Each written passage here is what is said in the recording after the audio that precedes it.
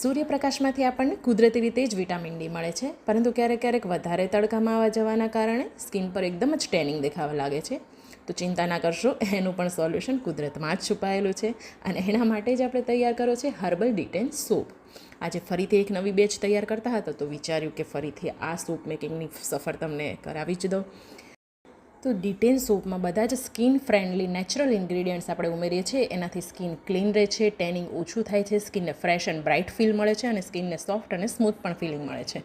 તો એક બાજુ કેસુડાના ફૂલ મેં સૂકવેલા છે કેસુડાની સાબુની બેચ બનાવવા માટે, બીજી બાજુ મેં મુલતાની માટી જે છે એને સારી રીતે ખાંડીને પછી એનો સરસ ફાઇન પાવડર બનાવી લીધો છે. ટમેટાં અને બટેકાને રસ મેં કાઢી લીધો છે, એમાં થોડી હળદર એડ કરી દીધી છે, ચંદન પાવડર એડ કર્યું છે, કેસુડો, ચોખાનો લોટ એડ કર્યો છે, કોફી એડ કરી દીધી છે અને મસૂર દાળનો લોટ પણ એડ કર્યો છે. હવે આપણે મુલતાની માટી, ગુલાબનો powder, coconut oil, castor oil, vitamin E, tea tree oil આ બધું જ એડ કર્યું છે અને આલમંડ ઓઇલ પણ એડ કર્યું છે. તો પોટેટો જ્યુસ જે છે એ સ્કિન કેરમાં ઘણા વર્ષોથી યુઝ થાય છે અને સ્કિનને સ્મૂથ ફીલ આપે છે. ટોમેટો એક્સ્ટ્રેક્ટ જે છે એ સ્કિનને ફ્રેશ ફીલ આપશે. બેસન એ જેન્ટલ ક્લિન્ઝર બનશે. મસૂર દાળનો પાવડર સ્કિનને સોફ્ટ બનાવશે.